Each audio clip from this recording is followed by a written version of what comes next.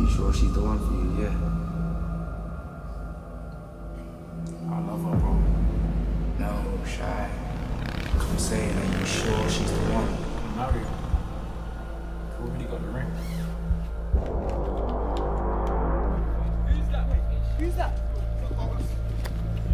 Oh, shit, man. What's good? I'm smelling on your big brother, fam. Who's this brother, Maxwell? He's a dickhead. He's a dickhead, man. What's good?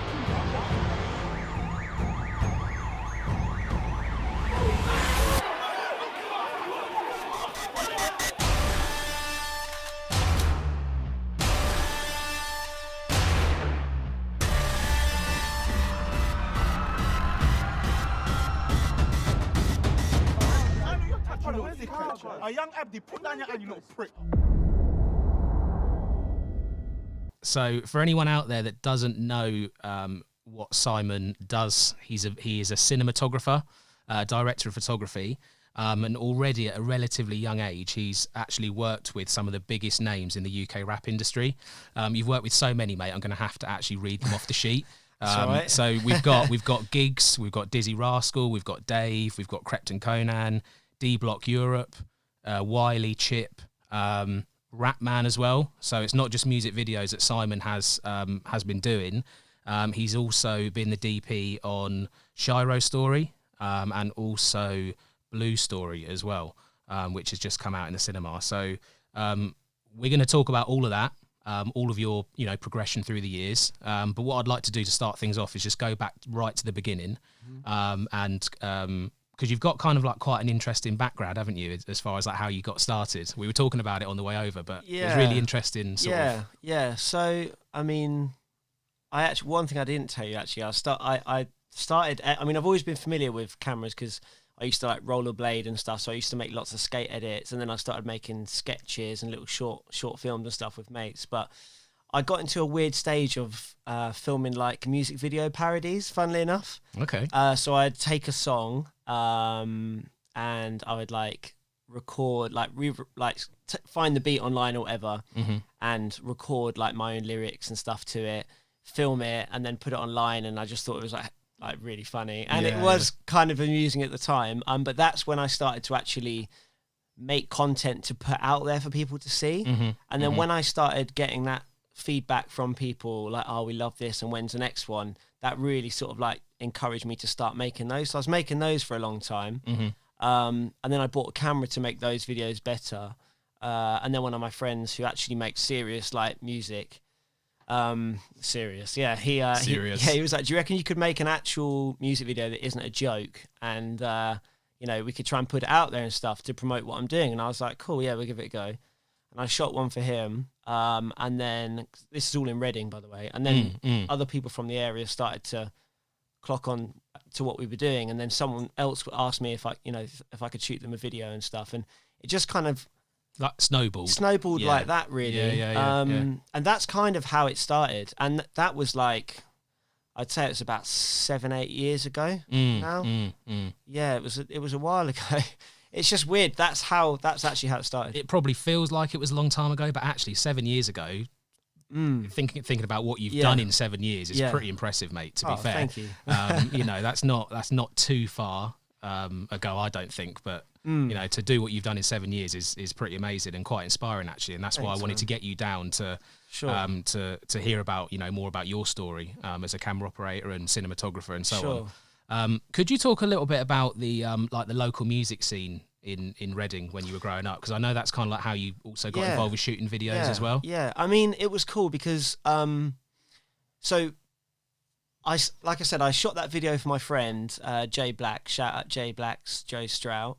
Then he introduced me to a few of his friends, and then we actually made a media company called Red JSD. And we used to, I had a friend, Johnny, who was a graphics designer and kind of like co-ran the company. I mean, we all kind of co-ran the company together. But so it was more like a collective. So it was like a media thing, So he would do all the graphics design. We had a photographer called Alex Sunshine Soul. Shout out her. She was doing all the photography. I was doing the videos, and Jay Blacks was kind of like the face. He was the rapper. Right, But he was right. kind of like the face, and we would run these like rap battle events and stuff. I don't know if you found out about those. I didn't, mate. No, You and I haven't- feel like I missed out Oh, because mate. I grew up down the Yeah. road from you. So Yeah. and you know, again, us being hip hop heads, as we found out Yeah. earlier, I kind of feel like I've actually missed out on Well, something. mate, that was, I've given you lots of homework now to go Yeah, and have a look yeah. at. But yeah, we ran this media channel, and the idea was we would basically provide like a branding package for like local, well, not even local, but just musicians in general, rappers, singers, whatever. And we had this kind of media channel, and that's what we would do. So we used to run these rap battle events as well. All like a lot of them were free, and actually in like some underpasses in like Reading and stuff. Right, And we'd right. take all these people out their little holes and get together for this kind of rap battle thing we used to run. So that was really good networking. We met a lot of like other artists that way. Yeah. And just kind of expanded the network. Yeah. Okay. Yeah. So that was that. Yeah. I can't remember what the question was now. I just waffled on for a bit there. Well, moving a little bit further on, was there like a defining moment for you? Was there something that it might have been a video that you shot, or an experience working with a rapper, or whatever it would have been, but that kind of moment where you're thinking, this is it for me, like this is what I want to do? Do you know what? Not really. I remember there was a point, but I can't remember exactly if that was. I think I was just at home one day, and I think I was like trying to plan lesson plans because I was drama coaching at the time. So yeah. I was trying to plan lesson plans, but I also had edits to do, and I think I must have just thought like, there's just way too much going on here. Yeah. And it was at that point I thought I've actually got more editing to do than I have for my actual job with planning and stuff like that. And it was at that point that I sat down with a friend, and they just said, look, you can, like, if you thought about just trying this. And I remember actually thinking, I don't just want to film music videos like for the rest of my life, really. Yeah. No, I get that. But yeah, I took a plunge anyway, and it's literally the best decision I've ever made. Yeah. Not looked back since. And I think going back, you know, like you said, 7 years, 8 years, however long ago it was, not to give our ages away here, but they were really sort of like, for me, when I look back to my sort of days as a videographer, really were sort of innovative times to be involved in it, where, you know, obviously the rise in DSLR cameras now being used not just for stills photography, obviously, but to shoot films as well. Yeah. And I remember I was shooting on a camcorder back in the day, still shooting to mini DV, the little tape, and then hooking it up to my iMac with a Firewire cable, and then having to wait. So if you got an hour's footage, you have to wait an hour for it to load on and capture within Final Cut. Screen capture. And then I heard about the Canon 7D. Now everyone will have their own kind of opinions as to a game changer. Forgot about that camera. Yeah.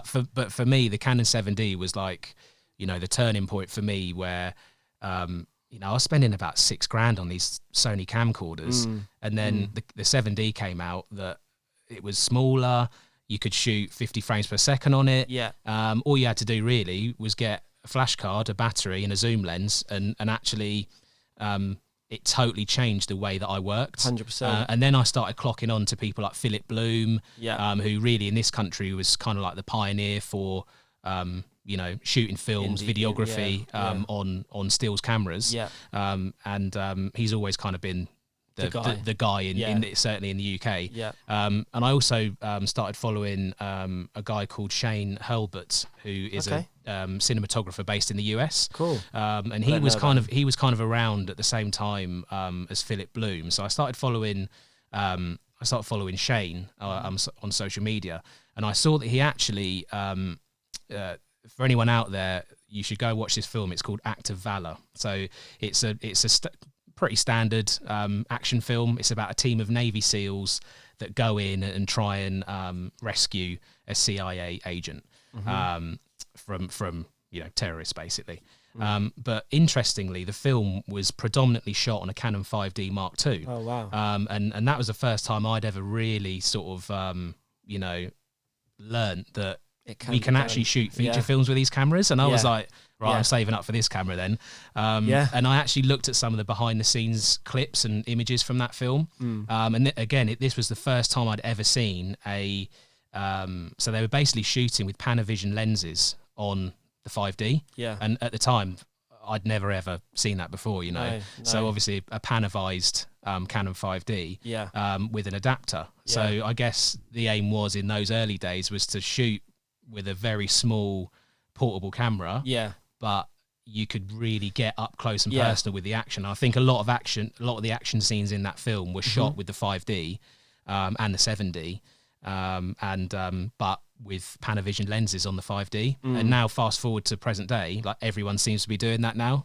You know what I mean? Yeah. I was going to just backtrack slightly and say that it's kind of similar to it was kind of I'm just wondering if they made that move because it was to get up close and personal, or if it was a move of saying like, hey, we're kind of ahead of the game here, because like you see it now with people shooting stuff on iPhones and deliberately saying, no, we're going to shoot on an iPhone because they're trying to prove a point and try and be the first person to do that, you know, to make something from like this new piece of kit. And there was a really similar thing happening with DSLRs. I heard that, I mean, I also heard, I don't know if it was true or not, I actually haven't been to look and see it, you know, research it, but heard that like Top Boy, some of Top Boy was shot, like the first series was done with 5Ds and stuff like that. Wow. And there's more and more stuff that you hear about that were shot on smaller cameras, and it's just it just reminds me to like now how we've got the iPhone, like the 11 Pro and stuff, and people are actually going out there and making films on phones. Other directors as well are trying to deliberately do that to you know, to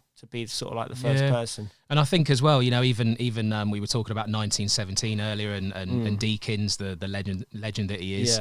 Again, I've seen a couple of the behind the scenes images of that film being made, and I can see in a couple of the shots that they've got a Ronin, and what looks like an A7S. So obviously they're doing the test shoots, the Steadicam on the Ronin. Planning the scene out, blocking the scene out, and then obviously Deakin steps in with the big dog, the big dog, the Arri or whatever it was that they were shooting on. So it's still got, I think it was the Arri Alexa LF. Yes, that was it. Yeah. So yeah, just an interesting time when you were first starting. And the other thing as well with the DSLRs, one thing was, did you notice? I feel like that was the turning point that defined a real HD look as well. It was like, it was HD, but it was more than that. It was more like, they were the first things that gave you a real cinematic image, because absolutely you could bang a little 50mm lens on it and it, you know, open up all the way on the lens or whatever, and just have this crazy depth of field. That was the go-to, wasn't it? I remember a lot of people had the 550Ds. If you couldn't afford the 5D or the 7D, people would get the 550s or the 600Ds, I think, bang the little 50mm lens on, and that would be the setup. And you'd get this amazing picture from it. Do you kind of feel like, just staying on the topic of equipment and cameras and so on, do you kind of feel that fast forward to present day, we've got cameras that are being released that shoot internal 6K without the need of hooking up an external recorder? Do you kind of feel that are the manufacturers almost just now competing against each other in terms of spec versus spec, or do you still think that they're catering towards the videographer and the user, or is it more like now a battle between Sony spec and what they can bring versus Canon, as an example? Like, what do you think? Definitely a case of both. I think companies like Blackmagic, I'm not just being biased because I have a Blackmagic Pocket 4K, but I had a Sony A7S, I still have it, still use it for stills and stuff like that. But I think Blackmagic in particular are really good at listening and assessing the market and making something perfect for that group of people. Absolutely, yeah. And because Sony were doing it before, and then obviously you had Panasonic, which always sort of competed with Sony and stuff like that. I think that they've all definitely tried to cater as best they can to that market, but now effectively, because you've got these different companies doing the same thing, they have to compete with each other. So it's just kind of a case of both, but it's great for us because it means we're constantly, spending money, which isn't probably a great thing, but it's great because there's so many options out there for different people, and it's exciting. It's actually an exciting time to see what these companies are coming out with. It's kind of like, what's next? You wonder where it's going to all be in about 5 years. It's crazy to think, isn't it, where it could be in 5 to 10 years. But just before we move on, one last thing about your kind of early days. Was there any challenges that you faced? Maybe financially, maybe trying to keep up with the constant change in technology. You buy a camera, you spend a lot of money on it, and then within 6 months it's out of date. Challenges, I mean, initially, just like any business or anything you're starting up, it's finding the constant stream of work, I guess. But for me, that was the most important thing. Even if I wasn't being paid for it, it was just about keeping busy and working and actually networking. That was the most important thing. So challenges, for sure. Just trying to find the constant work, really. And there would be like a steady stream of it. Yeah, and there'd be a month, 2 months where I would literally shoot maybe 2 videos, 3 videos, and I was like, don't know if this is going to work or whatever. Yeah. You just got to be persistent, really. And just keep your guns. Keep networking, and also, to drop the occasional text to people, hi, how you doing, blah, blah. Just remind them that I'm still there and stuff. So that was one thing, but I'd never remember it being like a problem, because I think I was in a safer environment. Like I was living with some friends at the time. My rent wasn't very much and stuff, so I was quite happy with just trying to stick it out and see. But apart from that,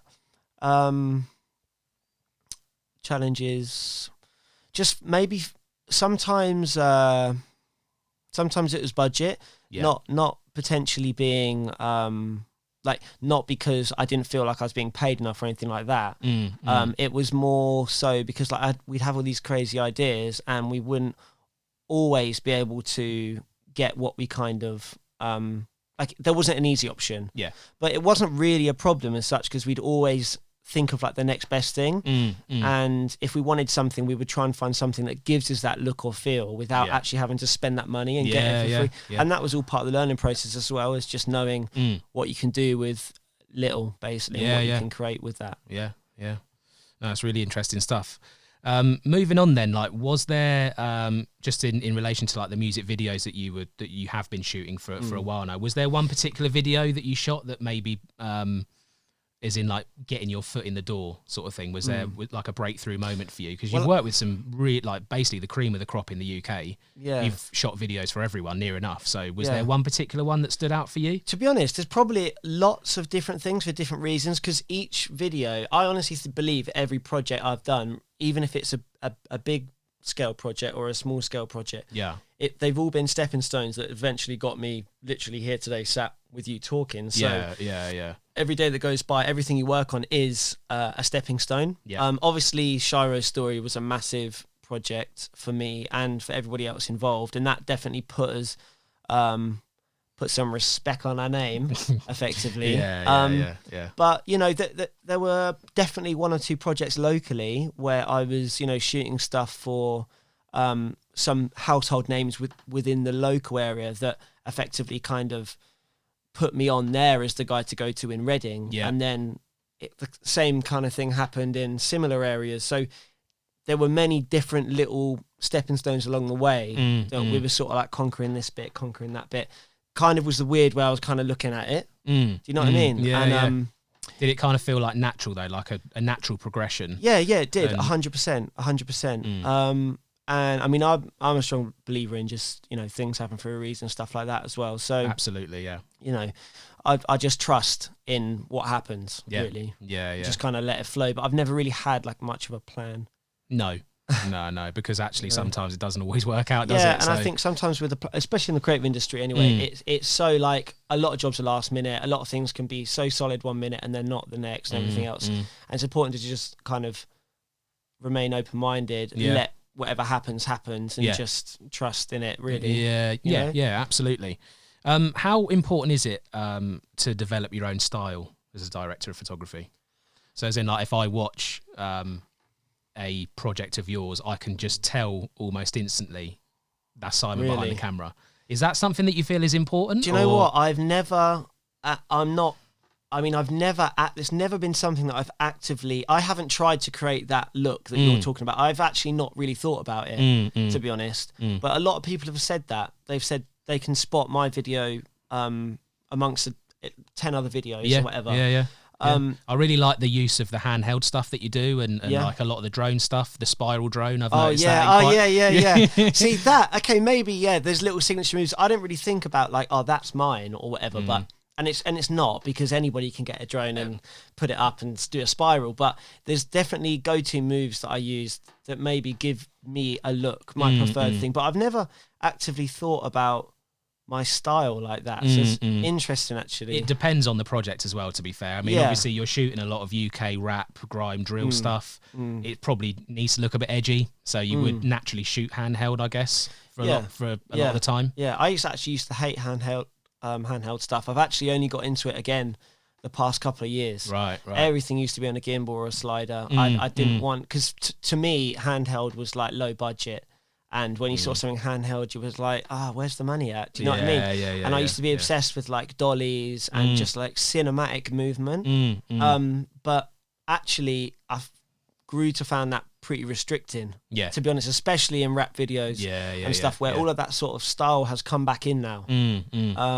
So So it is important, and it definitely depends on the project for sure. And you mentioned something really interesting on the way over here about Roger Deakins and his approach. That I don't know if you wanted to mention that as well, like how super like simplistic. Simplifying the whole process. That's it. Because as I'm shooting these things now, I'm actually finding myself on film sets. It can be quite overwhelming for someone that hasn't, like a lot of us, haven't necessarily been to film school or had anybody tell us, you know, this light does this or this lens looks like this, and we've kind of had to find things out by experimenting and YouTube and stuff. Suddenly when you find yourself on a massive film set, you can be really overwhelmed with like what's there, and you suddenly feel pressured, like, oh god, are people judging me if I look like I don't know what I'm doing or whatever, and there's all these lights, should I use these, and what lenses am I going to choose, etc. Blah blah blah.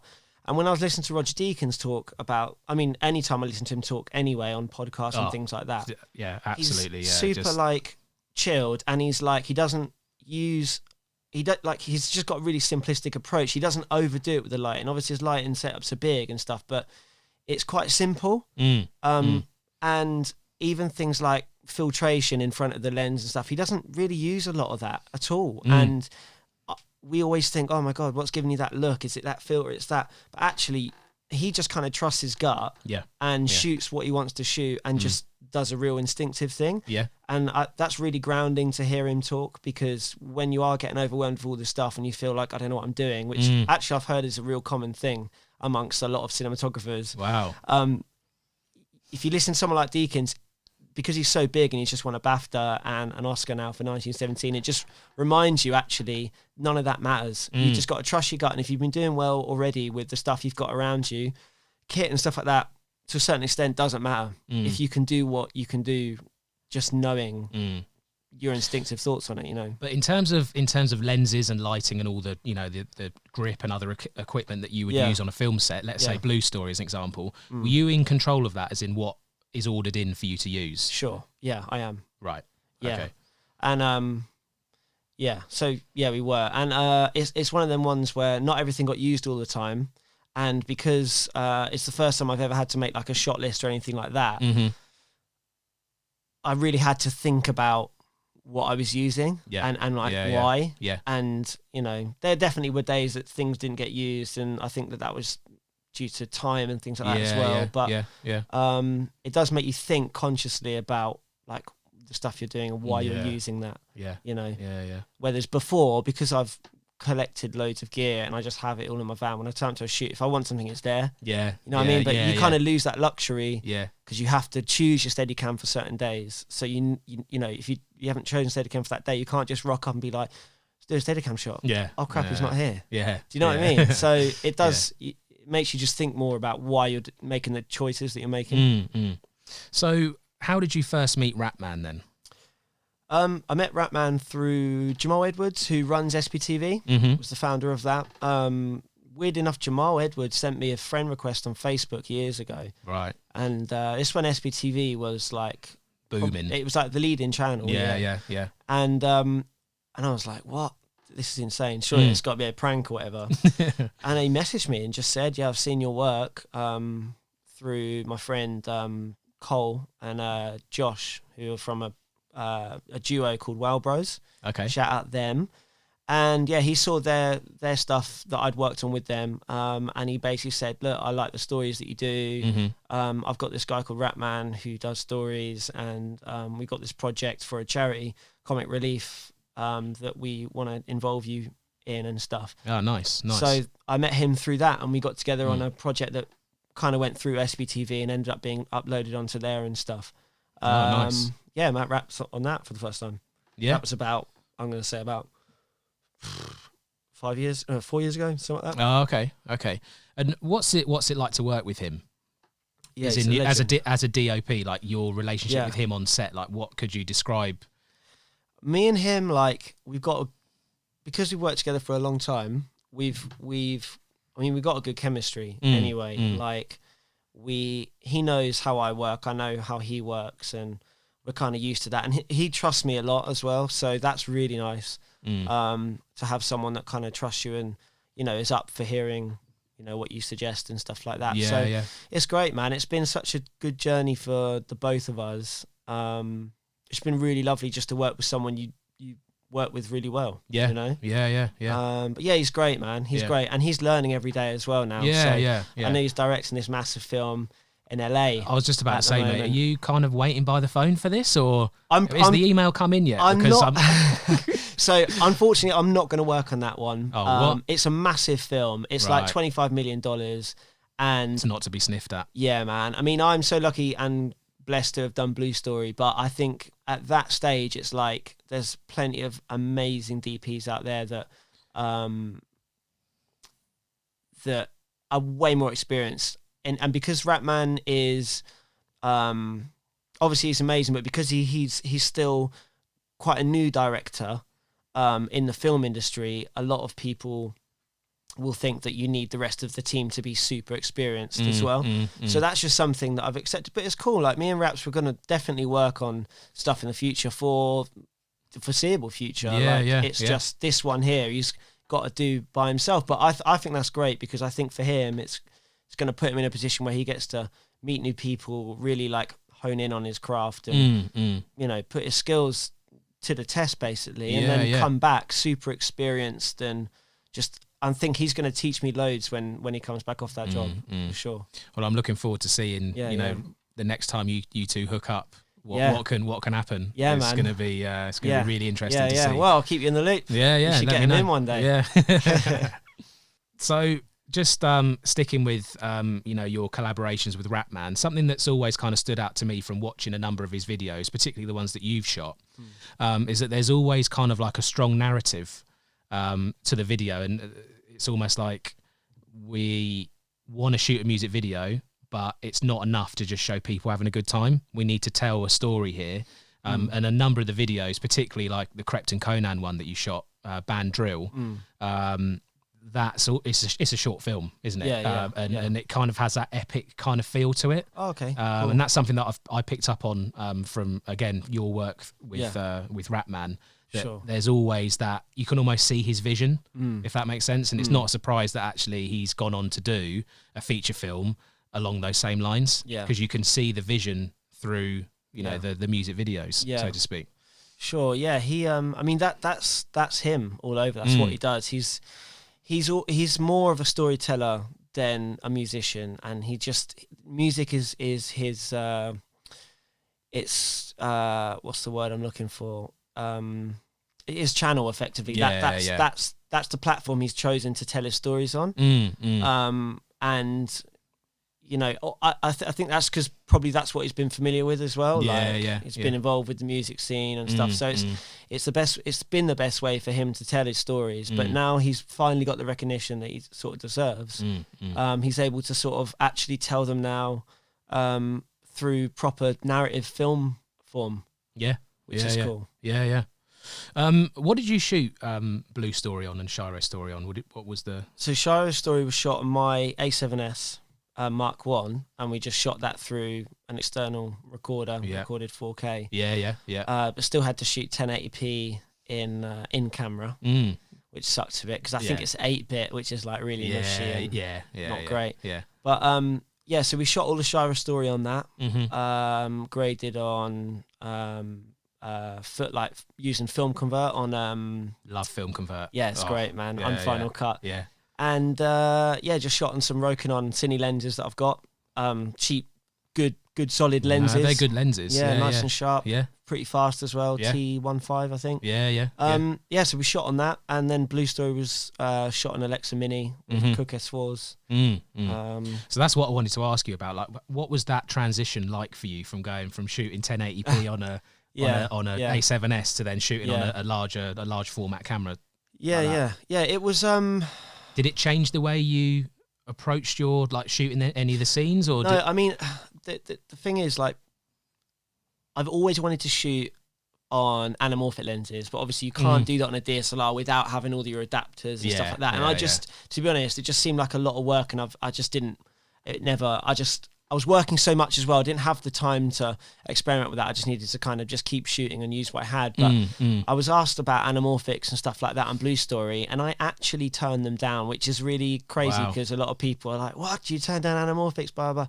But I was like, do you know what? I want to just do it the way that we know, and I kind of want this to feel like we're just shooting a 4th edition of Shiro's story or whatever, and I don't want to again pressure myself of all this stuff and have to feel like I've got to now use this crazy stuff, because shit with anamorphics would have affected the shooting style. Yeah.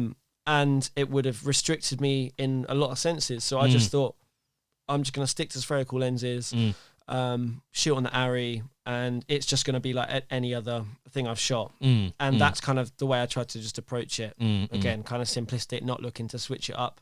But it was great fun. That was actually the first thing I ever shot on an Arri. Wow. But did you have to do like quite a lot of like test shoots beforehand just to get your head around? I did one test shoot with a friend of mine called Roger Russell, who owns an Arri Alexa Mini. I think he has 2 now, and he's got some reds and stuff. He runs his own kind of like higher house thing. Okay. But he's also a DP and a director. So I met up with him, and we did a test shoot for a day, and I got to actually play with some friends locally around my area. And then we did like one test day for Blue Story with Arri. So I literally shot with it twice before using it on Blue Story. But I had some really good like ACs and people that were kind of helping me and just telling me. I asked them if I was pushing the camera too much or something like that in a certain situation, just to kind of like whisper in my ear and stuff. So I had a lot of people that kind of had my back. It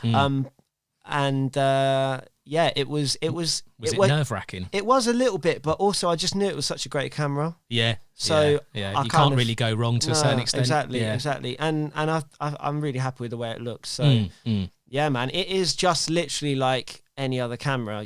Nothing really changes. You know, you still got your ISO stuff and your white balance and all of that sort of stuff. Everything's kind of the same, you know. It's just bigger. Yeah. More dynamic range. That's it. So how did Shiro's story come about then? Well, it was just like any other project me and Raps have worked on, really. He belled me up one day and said, "Simon, I've got the next one." Sent me the song, and it was just like, this one's going to be big. And I thought it was sick straight away, obviously, because he used to send me the music, and then I'd listen to it, and then we'd have a debrief afterwards on the phone. He'd tell me, we're going to shoot this scene at the start, this scene in the middle, and then this scene at the end. Right. And he told me that he had Javan Wade potentially playing Shiro, and Javan was trying to get Purcell to play Kyle. So at that point, I knew that this had scope to be bigger than the other stuff we'd shot before, because they were obviously pretty well established and great actors. So, that's kind of how that started, really. And I thought it was really clever as well, actually, the mix of dialogue with spoken word / rap really sort of like, it just pushed the story on so much more. I don't know, it just gave it that kind of like emotion. Drive. Emotion, and also you can imagine like a lot of the young people out there that would have been watching it, you know, they probably were watching it just for the raps itself, sort of thing. Because when you hear like a hard rap song and it's like, it really makes you like, oh yeah, I want to go punch something. Like it just it draws you in, and I feel like you combine that energy through the music with the acting, and so you had like Rapman rapping, right, and then you had Javan and Purcell acting what his dialogue. It's like you're fusing great acting with sick rapping on a sick song, and it's like, whoa, this epic thing. So see, that's the combination of really this did you feel like that was the combination of that was the success behind Shiro's story? 100%. I feel like that formula hasn't been done like that before. And that's what I was thinking when I first watched it. I was thinking, Yeah. this is. Yeah. I haven't seen this before, you know. yeah, the whole formula was new. Yeah.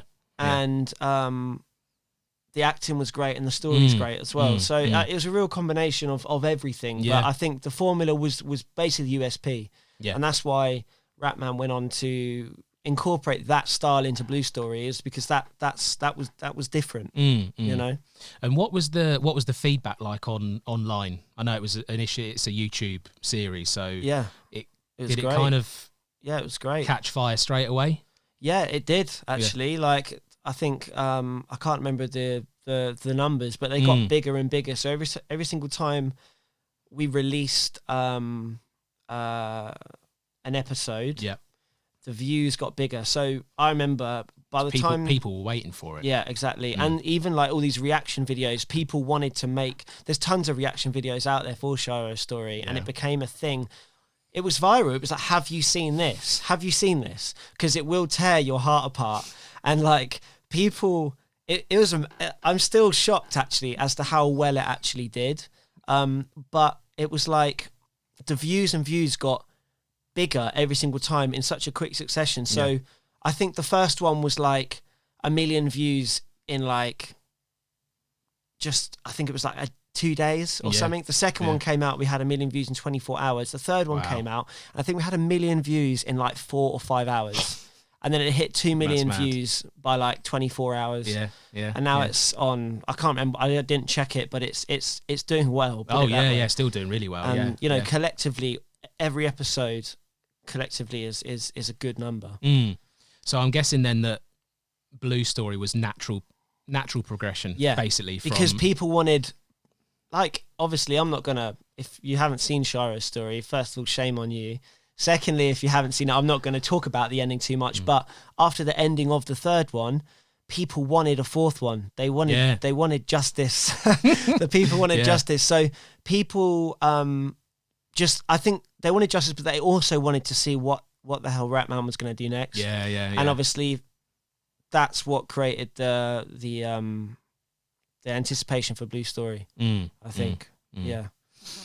So talking about some of the talent that's involved with, you know, Shiro's story, Blue Story and so on, there seems to be like a lot of untapped, like young UK talent out there at the moment. And from watching, you know, those two projects and also the most recent series of Top Boy, you know, I was watching, you know, Michael Ward for the first time. I had no idea who he was.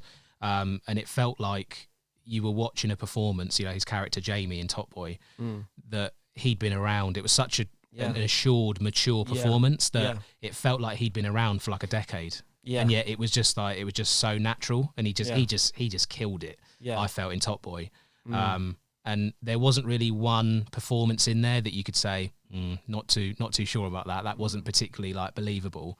Like everyone just seemed to absolutely like kill it, you know? Yeah, they did.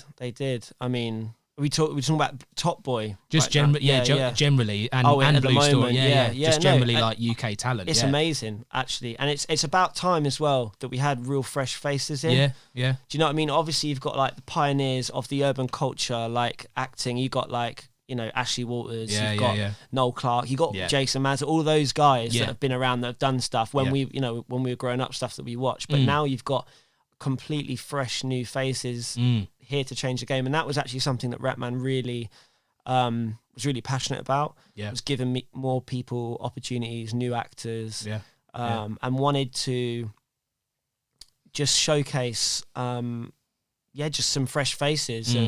And you look at what they're doing now, and it's, you know, it's amazing. Was it also to showcase fresh faces to show that there is actually a positive side to all of this? Because obviously there is a certain, you know, connotations in the news and in the media that actually this is just promoting violence, but that's just the opinion of the news. Do you see what I'm saying? So bringing through a new generation of talent is actually saying, well, actually it's not all about, you know, knives and gangs and etc.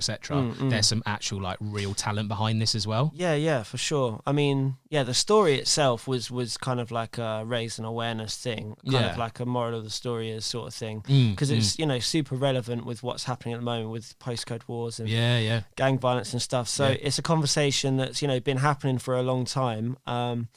And Blue Story just kind of there just to kind of reinforce it. And that's what made it quite interesting when it got pulled, because I don't believe that the person that made that decision took the time to watch the film to understand the message behind it before pulling it. It's like a knee-jerk reaction, wasn't it? Yeah, and that's why a lot of people were angry. And actually that's why a lot of the media were in support of Ratman, because he'd been on, Good Morning Britain and promoting it. Yeah. And so they were fully in support of him and backed it. And that's why there was such a big ruckus about it. I mean, I wanted to ask you about that incident at the cinema in Birmingham. I mean, what was when that happened, like when you heard about it, like what was the feeling like within the camp?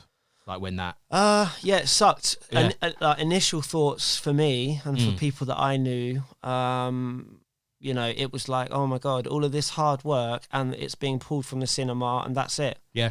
Literally something that we thought was going to be so great is now being pulled, and all of our hard work's gone to waste. It's this huge opportunity which a lot of us have worked tirelessly to get there for, and now it's just being sort of taken away. So that was the initial reaction, and you know, it obviously hurt the numbers on the opening weekend because we had half our screens taken off us and stuff.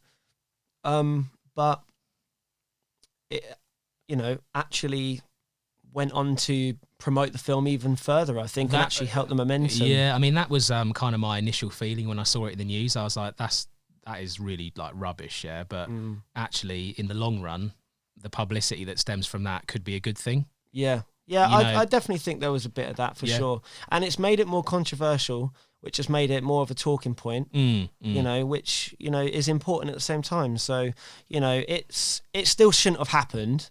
And I think the film would have been a success anyway, even if it didn't happen. Absolutely. And, you know, we definitely would have seen higher numbers on the box office on the, you know, opening weekend, but we still smashed it, you know. Oh, yeah. And actually it makes it more of like a point to say, yeah, you took half our screens, but we still broke records and stuff with that film. So yeah, it's amazing. Just kind of sticking with the whole kind of UK scenes, you know, grime, rap / drill. Obviously, you're very prominent within that genre, within that world.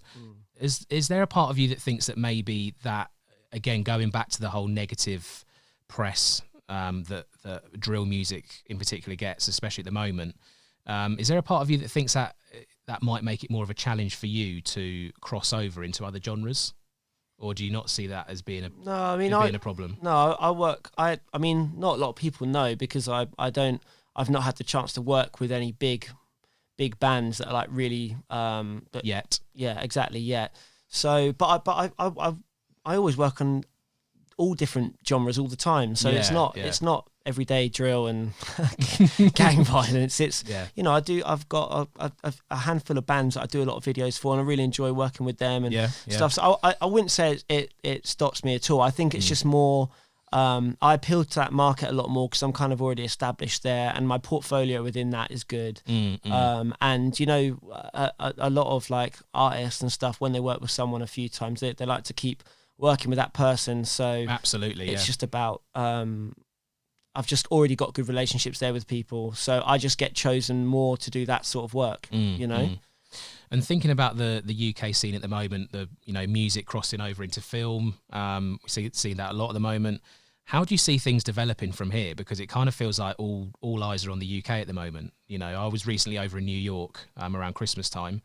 Every single block there was a Stormzy poster on the walls. Like I'd never really seen that before. It's almost like this is like our moment. Do you kind of feel 100%? But we're only just getting started as well. Yeah, you know? 100%. I think it's, you know, it's great to see you got like Drake and stuff fully supporting the drill movement, and you know, he supported Skepta and stuff with what he's done, and so it's great. I think American and UK culture is very similar anyway. Yeah, and you know, we've always shone this light on America and stuff, but actually with things like social media and it being easier on Instagram for people to network and communicate with each other and stuff like that, it's just made it easier to shine more of a light on the UK now as well. So yeah, it's great. I think it's good, and I think it's exciting. You know, It is. Yeah. So.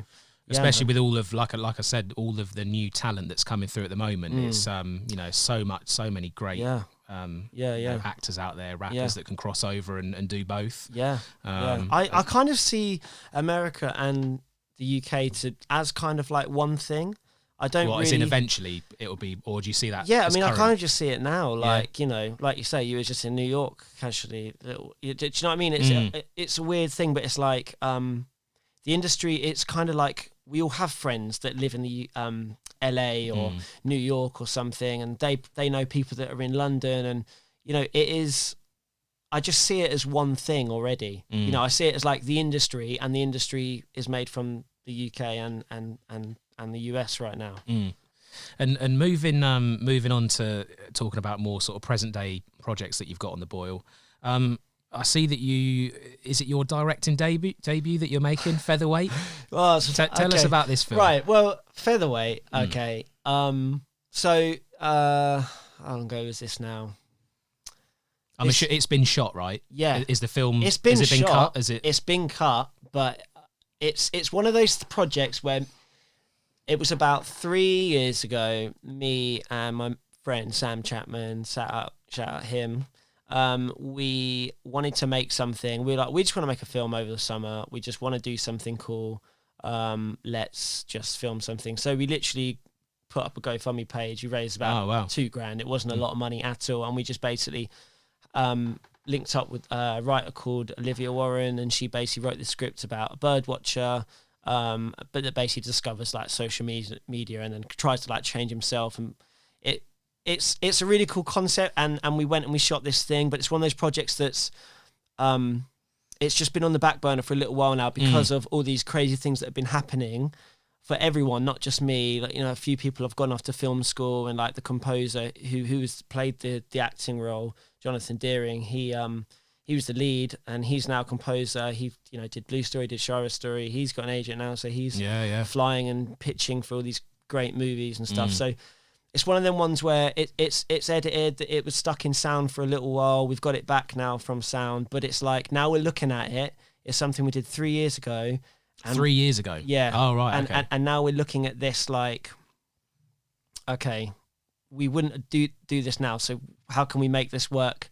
So we're kind of recutting it again. And it's one of those ones where I can't really put a time on it yet, but it was a low budget thing, and it was, you know, it was cool, and it's more of a fun project for us. And who knows, you know, when it's done, we're going to definitely put it in for some festivals and stuff and just see what happens. But I co-directed that with Olivia Warren. What was that experience like then, co-directing? It was Because cool. obviously you were a cinematographer on the project as well, right? Yeah, I mean, I've only really just decided that I want to focus on the cinematography side of things really over the past couple of years, to be honest. I've been learning, doing a bit of everything and understanding the whole process. That's given me the knowledge of kind of what I know now over the past 7 years since I picked up that 550D. But yeah, ultimately it's led me to this point. So the directing stuff was cool, but again, I was way more focused on the actual image as opposed to the acting side, you know. And that's kind of why I co-directed it, because Olivia wrote the story. It's her story, and I knew how to tell it visually, and order a sequence, and you know, putting it together. So I helped direct in that sense. But I just found myself gravitating way more towards. It's interesting that you say that as well, because on one of the short films that I produced a few years back, I was operating the camera and I was directing, and I was doing the teas and coffees. And I found it very, very difficult to kind of focus on directing the action, and you know, the actors, the actresses blocking the scene at the same time, thinking about lighting options and so on. I just felt too stretched, you know? And I sort of thought off the back of that, I just need to focus on one element of this filmmaking process now, because it still came out and it did really well at the time, but I just felt to myself I was just pushing it a little bit too far. I mean, that's what makes it like a really fun process as well, when everybody can kind of come in and pitch their bit and do their bit for the film. That's why you have production designers and stuff like that, because everybody collectively adds their piece, and you create this great fusion of everybody's kind of talents really to make it into what it is. When you look back now, so over the last sort of 7-8 years, how much of it do you think is down to timing, being in the right place at the right time? I think a lot of it, but I only found that timing because I worked hard. If I had slaved over one project every quarter of the year, and did 4 projects that year, I wouldn't have done these other projects that landed me in that place in that time. Does that make sense? Yeah. I like a lot of this industry is timing, and a lot of it's who you know. Yeah. It's happened to a lot of people. Like, for example, Kirk's another really renowned music video director within the UK urban scene. He used to shoot all the Notes' videos.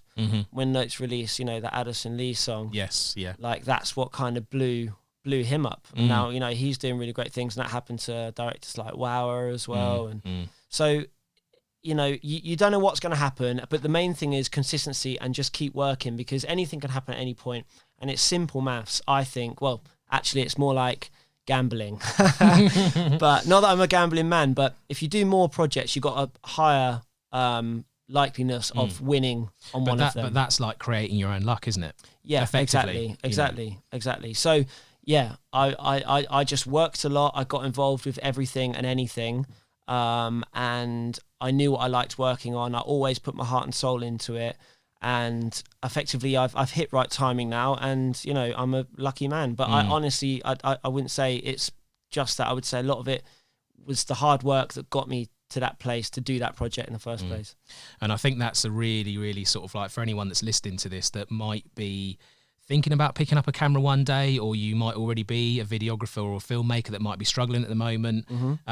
Simon is proof that if you have dedication and desire to this, it's all good and well having work experience and qualifications coming out of your ears, but if you don't have the dedication, there's so many other people in the game now, isn't there, that can just go and pick up a camera and a lens and put something together, and it can catch fire on social media. That really, if you don't sort of have that work rate and that desire, it's going to be very difficult to really get ahead in the industry, isn't it? But you can't force that desire either. You actually have to genuinely feel passionate about it. And if you don't, that's absolutely fine. But I think it's about recognizing if you're passionate about it or not. Do you know what I mean? Yeah. And if you are genuinely passionate about what you do, it shouldn't feel like hard work or graft. Obviously it is, and you do put your heart and soul into stuff, but you shouldn't have to work for that. But that's what it takes to put together a brilliant project. You cannot put together a short film or a series or a feature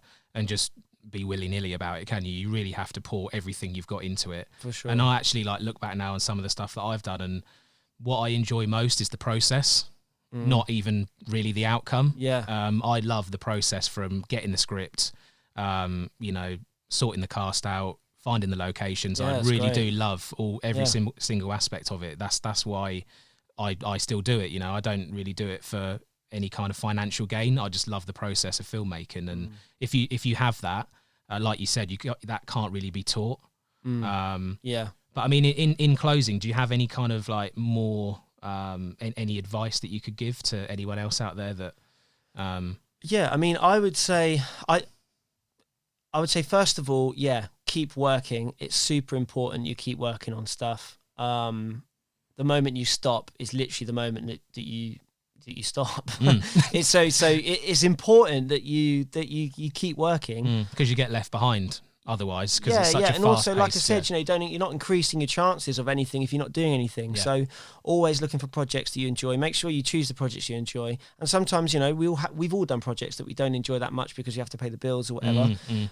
But I would say still do them, because you always learn valuable lessons from doing something, even if you don't enjoy it. And you're always practicing stuff. So I would literally do everything and anything you can within reason, as long as it's not too dodgy.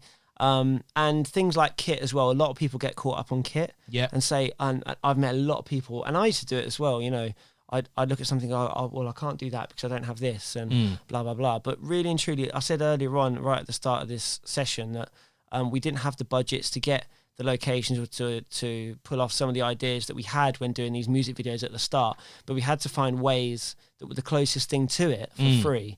And that whole process is really important as well, is actually knowing what you can do with little amount of kit and resources, because then when you get to a position where you can, you know, get the money together to get locations or bits of kit, you genuinely appreciate it and you understand why you're using that. Does that make sense?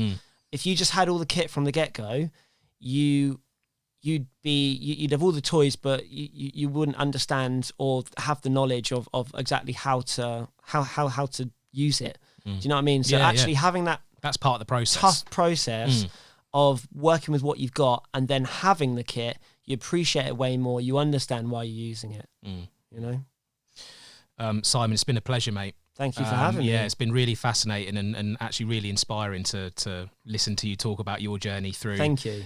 Through the industry, and obviously, you know, I wish you all the best for the future. Thanks a lot, man. And maybe our paths will cross in the future. Yeah, you never know. Can come and make the teas and coffees like you said. I'll make a mean take cappuccino. You up on that. Yeah, so, cool. Well, yeah. So I'll throw you some dates. Yeah, brilliant. Thanks, Simon.